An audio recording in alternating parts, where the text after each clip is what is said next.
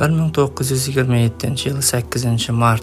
Ushbu kunda 100 mingdan ortiq xotin-qizlarimiz o'z paranjilarini gulxanda yoqdilar. Bu harakat tarixda hujum harakati nomini oldi. Sovet hukumati hujum kampaniyasini o'tkazishdan quyidagi maqsadlarni ko'zlagan edi. Birinchidan, o'zbek xalqining tarixan tarkib topgan milliy axloqiy sharqona an'ana va qadriyatlarini yo'qotish va ma'naviyatimizga zarba berish.